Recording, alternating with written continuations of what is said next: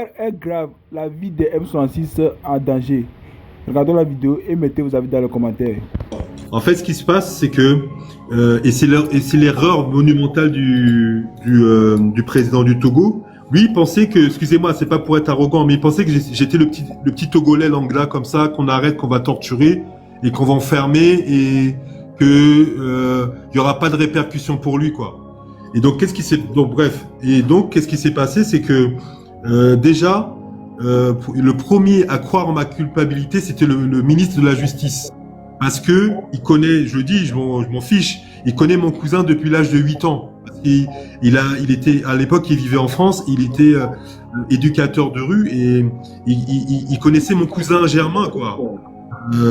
Depuis l'âge de 8 ans. Donc mon cousin l'a contacté dès le mois d'août, il lui a envoyé un message sur Facebook, il lui a demandé de faire en sorte de me libérer. Donc du coup, il a été le premier à croire ma culpabilité, à mon innocence. Et donc voilà, pour en arriver là, en octobre, il est monté à Paris. Et donc, il avait pu négocier auprès du gouvernement togolais et du président ma libération. Mais en fait, en toute transparence, mais c'est pas lui, c'est pas de sa faute. C'était dans le cadre des négociations qu'il avait obtenu, l'accord qu'il avait obtenu du régime togolais.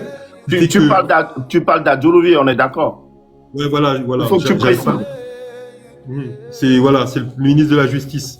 Et donc, il a demandé à son homologue que je sois libéré en échange de votre extradition à vous, 8 membres à vous les membres du M66. Qui, par exemple, le nom, s'il te plaît? C'est-à-dire, non, je sais pas. Moi, c'est l'information que j'ai, c'est que ça concernait 8 membres du M66. C'est sûr qu'il y avait Zanga dedans.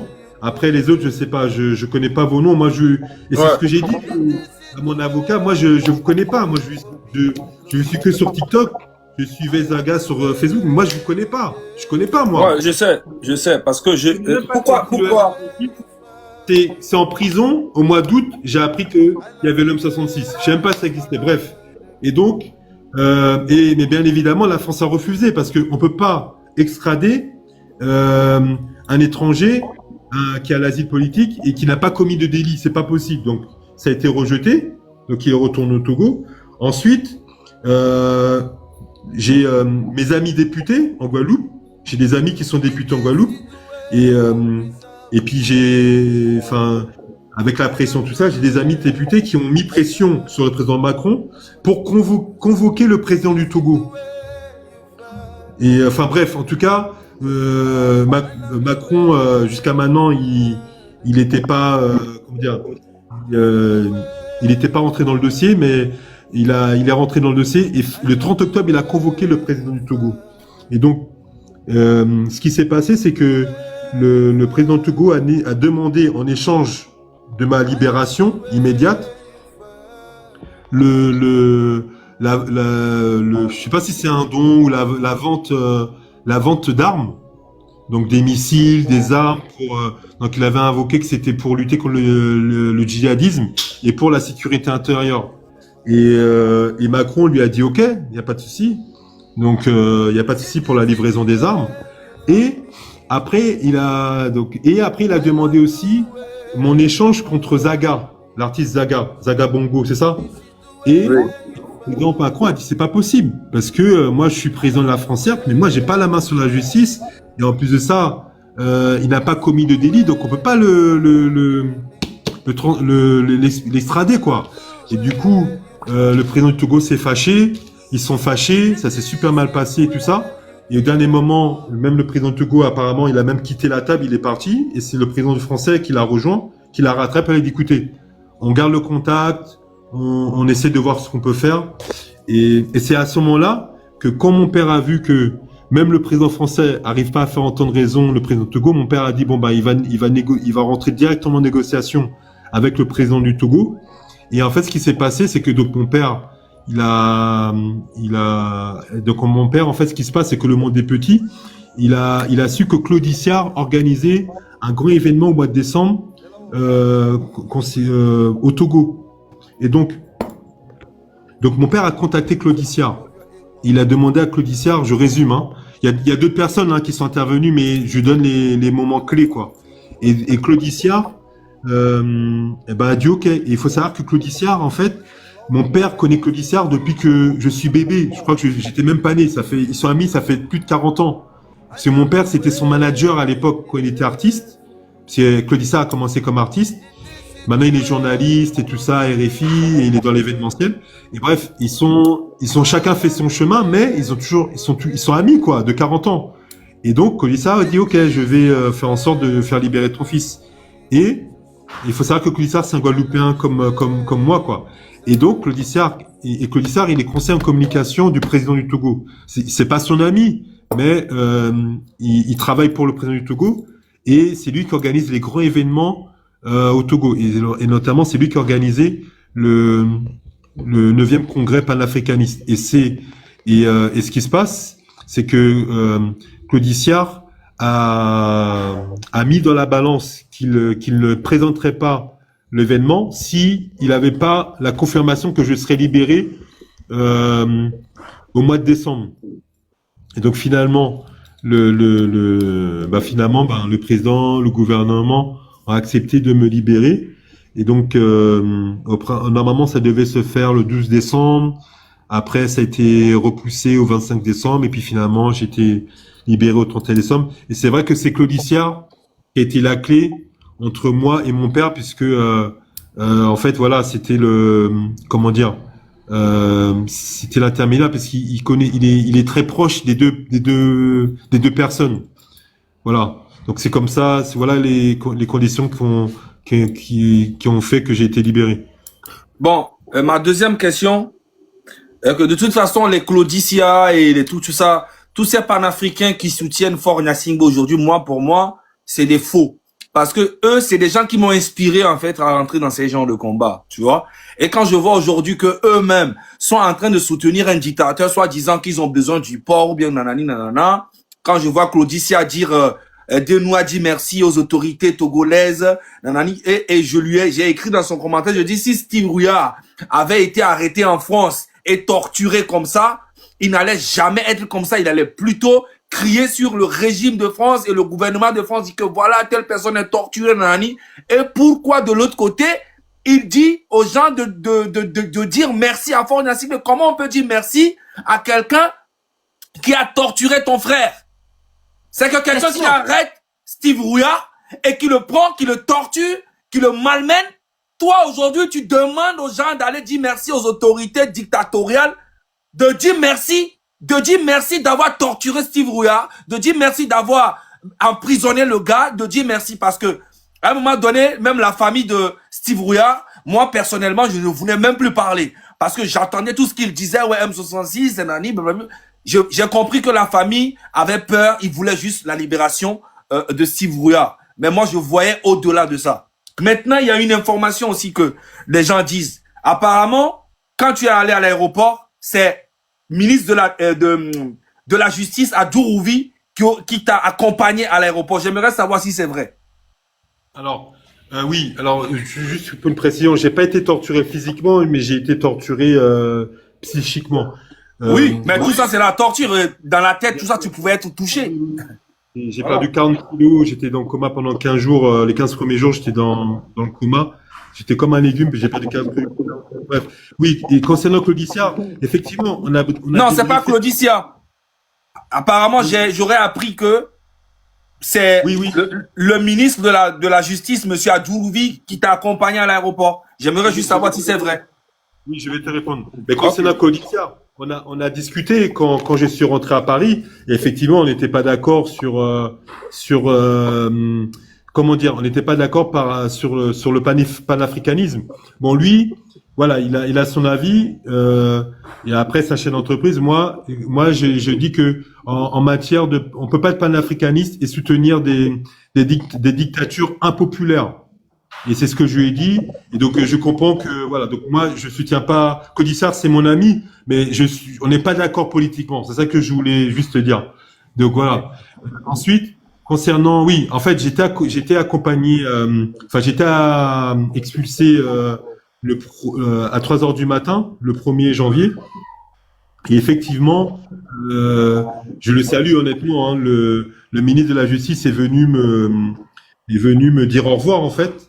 Il y avait l'ambassadeur de France, il y a eu les agents de l'ambassade de France qui sont venus me dire au revoir. Et c'est vrai que, enfin, c'est les agents de ski qui m'ont escorté à l'aéroport. Et le ministre est venu effectivement me saluer pour mon départ. Mais il faut savoir quand même que au-delà qu'on soit pas d'accord politiquement, mais c'est vrai que le ministre de la Justice, comme j'ai dit, on a un lien familial parce que il connaît très très bien mon cousin, comme depuis tout petit. Donc voilà. En plus, sa femme et ses enfants sont, enfin, en tout cas, la maman de ses enfants et ses enfants sont guadeloupéens. Et je sais que eux aussi, ils ont mis beaucoup de pression par rapport à mon incarcération. Donc lui aussi, ça lui causait des gros problèmes familiaux. Et il voulait vraiment que ce problème-là soit réglé parce que même chez lui, ça lui posait des gros problèmes. Parce que ses enfants me soutenaient et sûrement ses enfants connaissaient mon cousin. Donc voilà. Mais il est venu me saluer en tant que ministre, mais c'est aussi, voilà, parce que on a ce lien, je dirais, Steve, familial. attends. Kodovi, attends d'abord, s'il te plaît. Et puis, brûle notre bord, Kodovi. On est sorti tout court, Zagana et Ken Boé, et là, vous. Yo, bé, bon, ma son, yo, bidji, jo, le table, on le bidji, baloé. Parce que, et du agbele, d'arrêt, n'y a pas tamigna. N'y a quelqu'un qui a mis le Togo, mignan, que le Togo présent. Amérique, même où le cas, n'a hypocrite, béni. Amérique, que le Togo présentement, n'y a pas et du agbele, au moins, on est que le Djamose. C'est un fait. Pourquoi tu t'énerves, en fait? 20 ans au pouvoir, 60 ans au pouvoir, toi et ton papa, on n'a qu'un seul stade. On n'a même pas de palais de la culture. La culture, elle est morte. Au moins, c'est que si tu faisais des choses pour le pays, on peut comprendre que tu t'énerves. Mais tu n'as rien fait. Et puis tu t'énerves. Zéro, nul. Je comprends pas, en fait. Il n'y a pas d'hôpitaux, les gens meurent tous les jours au Togo. Et c'est toi qui te joues au Gangamba. Tu viens ici pour dire que non, on doit extrader Zaga avec des armes. C'est comme David Dachuno et Alon Bombo Klato. Ok. Merci beaucoup. Ouais, merci beaucoup, Zaga. Kodovi Togan, vas-y sur ta Oui, question. Steve, j'ai une dernière question, puis après ça, on va te laisser parce qu'on a plus beaucoup de ton temps. Je voudrais savoir, quand tu étais au SCRIC, est-ce qu'il y a un membre du gouvernement qui est venu te poser des questions, à part ces commandants et ces lieutenants que tu nous as cités auparavant? Est-ce qu'il y a quelqu'un qui est venu vraiment... Non? Non. Il y a juste à la fin de mon séjour, je crois 2 ou 3 jours avant ma libération, le président du Togo est venu au SCRIC. Mais ils ont fait en sorte qu'on se croise pas. Mais non, j'ai pas été interrogé. Ah ouais, Mais le alors, président même était au SCRIC? ouais, il est venu au SCRIC, quoi, hein, pour souhaiter les vœux. Ok. Et je ne pas croiser parce que moi, j'aurais dit les 4 vérités, je m'en fous, j'aurais dit les 4 vérités. Ils ont fait en sorte qu'on se croise pas.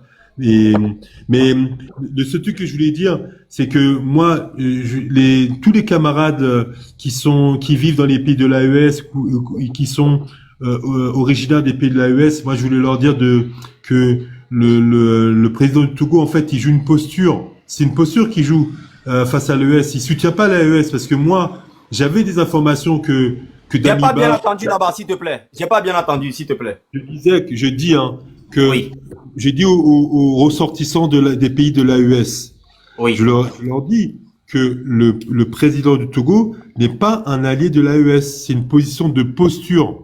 Parce que moi, quand j'étais au Togo, et c'est pour ça aussi j'ai participé à la mobilisation du 6 juin, j'avais les informations que Damiba préparait un coup d'État contre le président Ibrahim Traoré. Et c'est pour ça aussi que j'ai participé à la manifestation. Et malheureusement, je me suis fait arrêter. Mais j'avais cette information qui faisait des allers-retours entre Lomé et le nord du Togo. Et le président du Togo ne pouvait pas ne pas être au courant qu'il préparait des attentats. Et Damiba, moi, je suis persuadé qu'il était soutenu par la France pour la préparation de ces attentats. C'est pour ça que d'ailleurs, quand j'étais enfermé au début, ils ne m'ont pas soutenu parce que ils étaient gênés, quoi. Moi, ce que je veux dire par là, c'est que le président du Togo et le régime, et le gouvernement ont menti sur moi et sur les jeunes qui se sont mobilisés le 6 juin pour dire que moi j'étais un espion français et que les jeunes étaient manipulés par la France pour renverser le président. Et avec le coup d'État raté qui a été raté de peu sur Ibrahim Traoré, a prouvé que c'est nous les vrais panafricanistes, c'est nous qui disions la vérité, c'est nous qui sommes comment dire, les défenseurs de l'AES. Et donc, le président du Togo a menti au pays de l'AES, et c'est pourquoi quand ils ont exigé l'extradition de Damiba, le président du Togo ne pouvait pas refuser, parce que comme il leur a déjà menti une fois, là maintenant ils rentrent plus dans leurs mensonges. Donc voilà. Donc c'est ce que je voulais dire. Donc non, le président du Togo n'est pas un ami de l'AES, c'est juste une posture. C'est juste une posture. Voilà. Ok, Vous avez un d'accord. message spécial pour l'AES? Oui, moi, j'avoue que je suis un petit peu déçu des dirigeants de l'AES parce que même pas des oranges, ils nous ont donné pendant qu'en étant en prison. Parce qu'il faut savoir que moi, j'étais détenu au SRIC, on était à 2 avec mon second, mais il y avait encore 50 ou 60 personnes, je crois, qui étaient détenues à la prison de Lomé par rapport à la manifestation du 6 juin. Et donc, pas même une orange ils nous ont donné, pas même une déclaration, pas même ils nous ont envoyé un représentant diplomatique pour demander comment on va, pour nous demander si on n'a pas besoin de quelque chose. Voilà. Donc, je suis très déçu, très très déçu. Et j'étais très déçu moi dans ma cellule. Et voilà. Et ce qui est arrivé le 3 janvier est arrivé. Et qu'ils se méfient parce que par rapport au port de Lomé, hein, c'est par rapport au port de Lomé qui soutiennent le président du Togo, mais il faut qu'ils sachent, hein, qu'il faut qu'ils sachent qu'ils doivent faire très attention, parce que à vouloir mettre en avant leur ventre, le port de Lomé, au détriment de la vie des Togolais et au détriment aussi de leur sécurité, ben un jour ça va leur coûter très très cher. Et ils ont cher, payé merci, très cher là. Je dis que le coup d'État a failli passer, hein, a failli passer. Donc j'espère qu'ils ont appris la leçon. Et alors j'ai appris après j'ai appris soit pendant ma détention, je crois, qu'ils ont essayé quand même de manière discrète. Ils ont demandé au président de nous libérer, quoi, d'être indulgent avec nous, de nous libérer, mais il a refusé. J'ai appris que voilà, ils ont quand même essayé, mais voilà, c'était